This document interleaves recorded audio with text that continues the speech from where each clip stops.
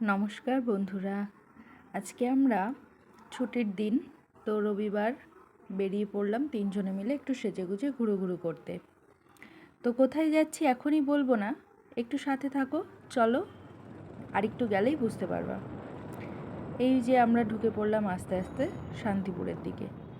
যখনই এই বাইপাসটা ক্রস করে শান্তিপুরের এই রাস্তায় ঢুকি, তখনই মনের মধ্যে একটা আলাদা অনুভূতি কাজ করে। প্রত্যেকটা বিবাহিত মেয়ের জীবনেই হয়তো এরকম হয়। তো আমরা শান্তিপুরের রোডটা পার করে এবার চলে এসেছি কালনার দিকে, কালনা ঘাটে চলে এসেছি। তো এখানে আমরা ঘাট পার হব, কালনা ঘাট। আমি, মেয়ে, বর, আমরা সবাই কালনা ঘাটে নৌকায় উঠে পড়লাম। মেয়ে বসে আছে, মেয়ে তো খুব খুশি। ও খুব একটা বেশি ওঠেনি, অনেক আগে একবার লঞ্চে উঠেছিল। নৌকা পার করে আমরা কিছু দূর বাইক চালিয়ে আবার চলে এসেছি আমাদের গন্তব্যস্থলে। হ্যাঁ, এটা কালনার 108 মন্দির, শিব মন্দির। এখানেই এসেছি আমরা ঘুরতে। অনেক লোকজন ছিল, আমরা ভেতরে ঢুকে গেলাম। এখানে ভিডিও করতে নিষেধ করছিল, কিন্তু তবুও ওই একটু আধটু তো করেই ফেলি, সবাই করছিল, আমিও ফাঁকে ফাঁকে একটু একটু করে নিয়েছি। চারিদিকটা ঘুরে ঘুরে দেখছিলাম, যদিও আমি এখানে আগে অনেকবারই গেছি, তবুও জায়গাটা এত সুন্দর, এত মনোরম পরিবেশ যে যতবারই যায় না কেন বিরক্ত লাগে না, খুব ভালো লাগে। তার সঙ্গে এই একটা শিব মন্দির, মানে একটা হচ্ছে শিবলিঙ্গ কালো, একটা শিবলিঙ্গ সাদা, সেটাও ভীষণ ভালো লাগে। তো চারিদিকটা ঘুরে ঘুরে দেখছিলাম, সাথে নিজের মুখটাও একটু দেখিয়ে নিলাম, যে দেখি কীরকম লাগছে। আমার মেয়েও বেশ এতটা বড়, এতটা খোলামেলা জায়গা তো পায় না, তো ও জায়গাটা পেয়ে ভীষণ খুশি। চারিদিক খুব দৌড়াদৌড়ি করছিল, ছুটোছুটি করছিল। ও এর আগে কখনো যায়নি। আমি গত বছর গেছিলাম আগস্টে, ও যায়নি, ও এই প্রথমবার গেল। ওর জায়গাটা ভীষণ ভালো লেগেছে, বেশ চারিদিকটা নিলিবিলি একটা জায়গা। তো ও খুব আনন্দ পেয়েছে। আর ওর ছোটাছুটি দেখতে ওর বাবাও তাড়াতাড়ি করে একটু ক্যামেরাবন্দি করে নিল। আমার মেয়েটা কি সুন্দর ছুটোছুটি করছে, ও যেন খুব খুশি হয়েছে। তার ফাঁকে আমিও একটু নিজেকে দেখিয়ে নিলাম, সেই সাথে বরমশাই সঙ্গে, মেয়েও চলে আসলো। কেমন লাগছে আমাদের একটু কমেন্ট করে জানিও তো।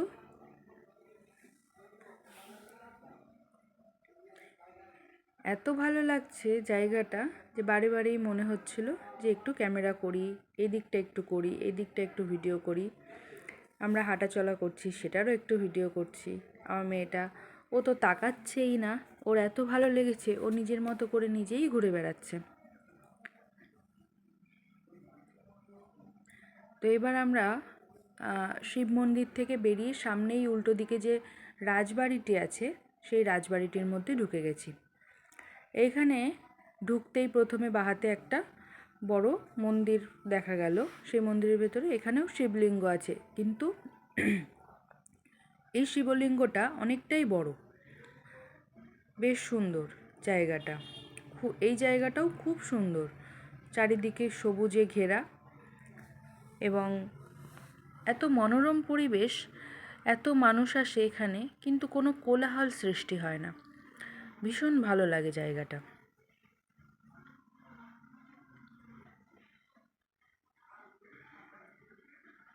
আমার মেয়ের প্রণাম করা হয়ে গেল।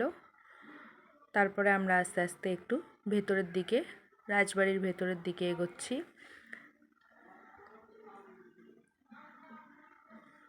আমার বরমশাইও ক্যামেরা বন্দি হতে ছাড় পায়নি।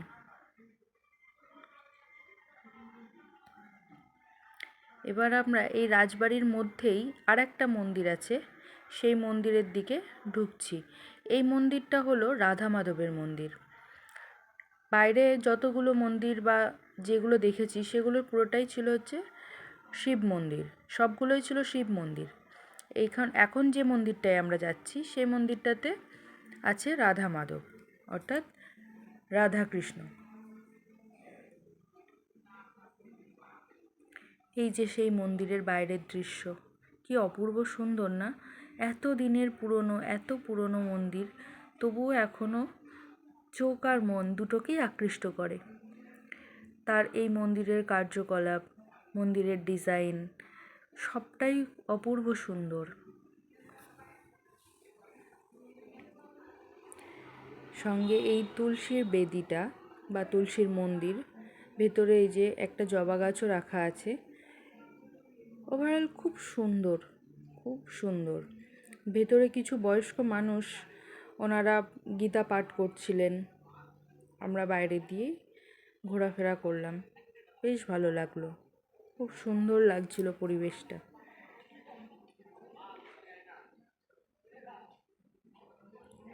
সবাই দেখতে থাকো, আরেকটাও মন্দির আছে, সেটাও দেখাবো, সবাই সাথে থেকো। এই যে একটু আগে বলছিলাম না এখানে গীতা পাঠ হচ্ছে, এই যে আমার মেয়ে বলল, মা আমি একটু সামনে থেকে দেখব। ও সেই কথা মতো চলেও গেল সামনে, গিয়ে ঠাকুর দর্শন করে প্রণাম করে বেরিয়ে আসলো। আমিও একটু দেখতে আসলাম যে মন্দিরের এই সাইডটাতে কি আছে। তো একটু এগিয়ে এসে সেরকম কিছুই দেখতে পেলাম না, তো আমরা বাইরের দিকে বেরিয়ে এসেছি। এবার আর একটা মন্দিরের, ওই রাজবাড়ির মধ্যেই, আমরা এখনও রাজবাড়ি থেকে বেরোইনি, ওই রাজবাড়ির মধ্যেই ভেতরে আর একটা মন্দির আছে, সেই মন্দিরের দিকে আমরা এগোচ্ছি।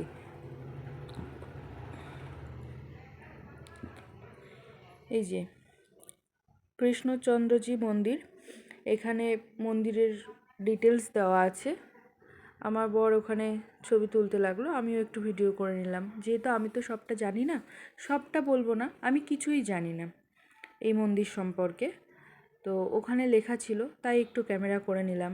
যদি কেউ জানতে ইচ্ছুক হও, ওখান থেকে একটু পড়ে নিও পজ করে।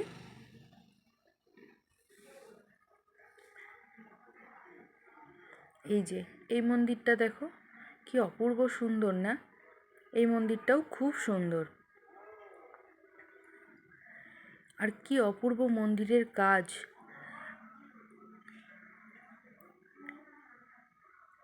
ভীষণ নিখুঁত আর পরিষ্কার কাজ একদম।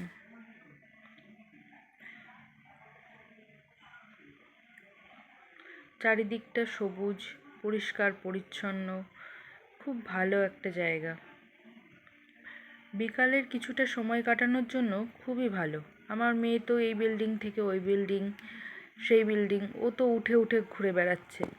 ওর ইচ্ছা হচ্ছে ও উঠে পড়ছে, দেখছে কেউ বারণও করছে না, ও ওর নিজের খেয়ালে চলছে, নিজের মতো করে চলছে, কেউ বারণ করার নেই, কেউ বকার নেই।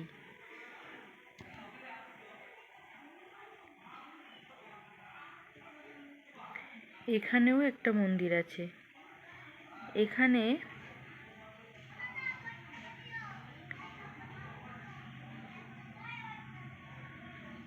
এটা নারায়ণের মন্দির ছিল। এইবার যে মন্দিরটা সবাই দেখতে পাচ্ছ, এই মন্দিরটা হচ্ছে, এটাও রাধা মাধবের মন্দির।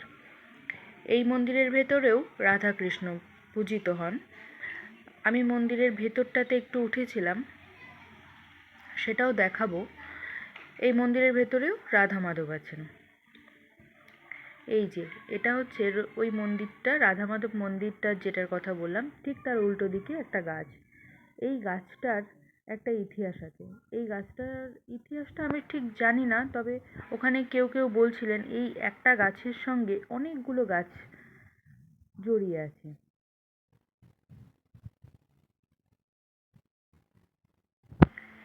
এই যে এবার আমি একটু উঠে আসলাম রাধা মাধবের মন্দিরের ভেতরে। প্রথমে উঠতে চাইছিলাম না, তারপর দেখলাম যে অনেকেই উঠছে, অনেকেই ভিডিও করছে ভেতরে, তো তাই জন্য সাহস করে একটু উঠে আসলাম, মন্দিরের ভেতর দিকটাতে যাচ্ছি। ভিডিও করার নেশা তো আছেই, সেই সাথে রাধা মাধবের দর্শন, যেটা বাইরে থেকে অন্ধকার হওয়ার কারণে খুব ভালো দেখা যাচ্ছিল না। তো ভেতরে আসতেই রাধা মাধবের দর্শনটাও হয়ে গেল, তোমাদের জন্য একটু ভিডিও করে নিতে পারলাম। ব্যাস, মন্দির দেখে বেরিয়ে আমরা বরের সাথে একটু খুনসুটি করে নিলাম।